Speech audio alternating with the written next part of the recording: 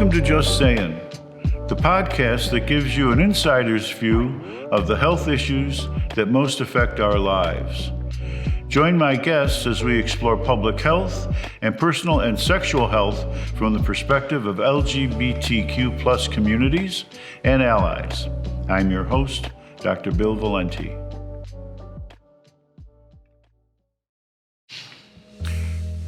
Welcome to episode 3, our final in a special 3-part series with Dr. Michael Mendoza. As the Commissioner of Public Health in Monroe County, Dr. Mendoza helped guide Rochester and Monroe County through COVID. But he also has his eye on where the next pandemic or epidemic will come from. Whatever the next pandemic is, and I do think we're into a number of them already with regard to our social needs, if we don't find a way to learn from the last 2.5 years, it will have been the greatest missed opportunity of our generation.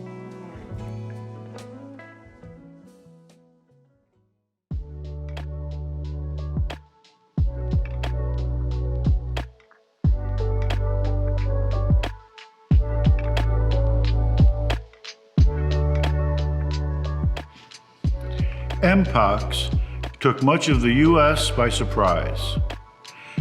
Maybe it was an example of bias against a disease that until now has had little impact on the developed world. But in our final 3-part series, Monroe County Commissioner of Public Health, Dr. Michael Mendoza, talks about how to prepare for what's next and how to address the epidemics of social inequalities that already exist. Just saying, I'm Dr. Bill Valenti. The question is, how do you interpret the science around our current experience with monkeypox, which is last quarter of 2022 here, where the number of cases seems to be on the decrease, that there was first picked up in May, big peak, August-ish, and then in September, started to drift off. It's actually, the discussion is similar to what we were talking about in terms of HIV prevention and people letting their guard down. We want to avoid letting our guard down. What do you think is going on, number one? And number two, what should we do about it? Talk specifically about what we're seeing with monkeypox. Well, we heard about monkeypox, long before it hit the headlines. And it was never increasing at a rate that COVID did. None of this exponential spread. So that made me think it was not community transmission. It was not going to be an airborne, aerosolized sort of thing. It was traveling along epidemiological links, more along the lines of an STD. But we didn't know that at the time. We couldn't say that with certainty at the time. Looking back, it really does seem to be following that pattern, but we still don't know all of it around the transmission of monkeypox yet. But I think one, it's not as contagious as other infectious diseases, which is working in our favor. 2, there is a very short, if any, phase where you're contagious pre-symptomatically. So people who are infected know or will know very quickly. I think the community that was impacted greatest, the MSM community, really took it seriously, both by modifying behavior, getting vaccinated. I wish more communities were that responsive. Addressing the behaviors is what we need to do better, and not, stigmatize people. I think if we let our foot off the gas, we're susceptible to a rebound. I will point out that monkeypox is not new, and it has been impacting the African population for years, but not until it became a problem in the Western world did we all wake up and know what monkeypox was, which I think speaks to a little bit of our bias as a scientific community against diseases that don't impact the first world, the developed world. But there's a school of thought in infectious diseases that talks about climate changes being one of those other factors. What do you think of that? When we think about climate, there are so many patterns already, not so much in the microbiology world, but in the public health world, the population health world. We know that different communities experience the impacts of climate change differently. And there's actually science that shows that, certain microbes will thrive in certain warmer climates, typically more, as the temperature of the globe goes up. Well, the issue of learning as we go along, building the car as you go down the road with understanding COVID-19 or monkeypox in terms of various aspects of disease transmission, treatment, et cetera, is how do you explain that? Because a lot of people think that, well, we're giving conflicting statements, we're contradicting ourselves with new information versus, I try to tell people that this is the way pandemics behave, is you get new information and add it to what you knew yesterday, not necessarily contradict it. Right. This is how science works. This is the scientific method on a grand stage. Scientists know this. Scientists are trained to test hypotheses as they go, and as they are proven or disproven, we add that to our body of knowledge.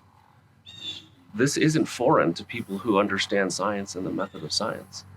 And not every scientist is good at conveying that information. Many scientists are rightfully better at conveying things in a technical way. So that messenger, that trusted influencer, that coach, has to be somebody that the public or the person can identify with in some way.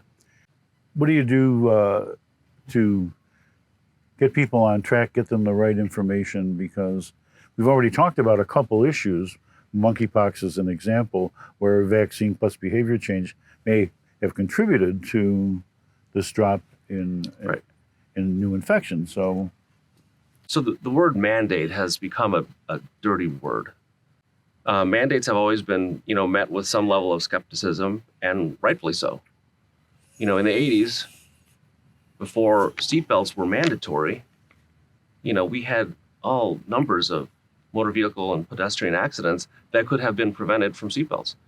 And when seatbelt laws were implemented, mandating that you wear a seatbelt, there was pushback initially. I remember this. You may remember this. Mm-hmm. And now we don't think anything of it. What advice do you have for people in terms of what might be coming next? The next epidemic, the next pandemic. What do you think? To some degree, we're in a different epidemic in so many other ways with social phenomena. Gun violence, poverty, racism. Those are epidemics. They're public health priorities in some fashion. We're already into that. The next infectious pandemic, nobody can predict. We just know that it's going to happen someday. My advice now is that we need to wake up and learn from the last 2.5 years and confront the tough questions that I think give us all a little bit of angst. We all kind of know, we all kind of feel that this is a tough time. This is a polarized time. This is a time when people don't seem to agree. Stress is high, anxiety is high, mental health is poor compared to even 2 years ago. We have data to show that. We've got to confront these things, and they're hard to confront, and we've got to collaborate to get there.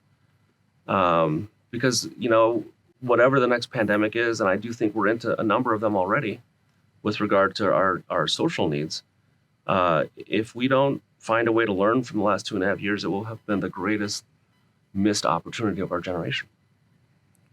So I think Shakespeare said it best then, what's past is prologue. Indeed. Excellent. That wraps up this episode of Just Sayin'. I hope you enjoyed our series with Dr. Michael Mendoza and what he does to keep Monroe County residents healthy. Read my blog and listen to past episodes of Just Sayin' at drbillvalenti.com. That's drbillvalenti.com. You can also follow on Facebook at Bill Valenti MD and on YouTube. Just Sayin' is a production of Dr. Bill Media, LLC in Rochester, New York. Special thanks to Dr. Michael Mendoza and his team at the Monroe County Department of Public Health. Brynn Capwell produced this show. Patti Singer is our health reporter. Video and audio captured by Matt Wittmeyer. I'm Dr. Bill Valenti. Until next time.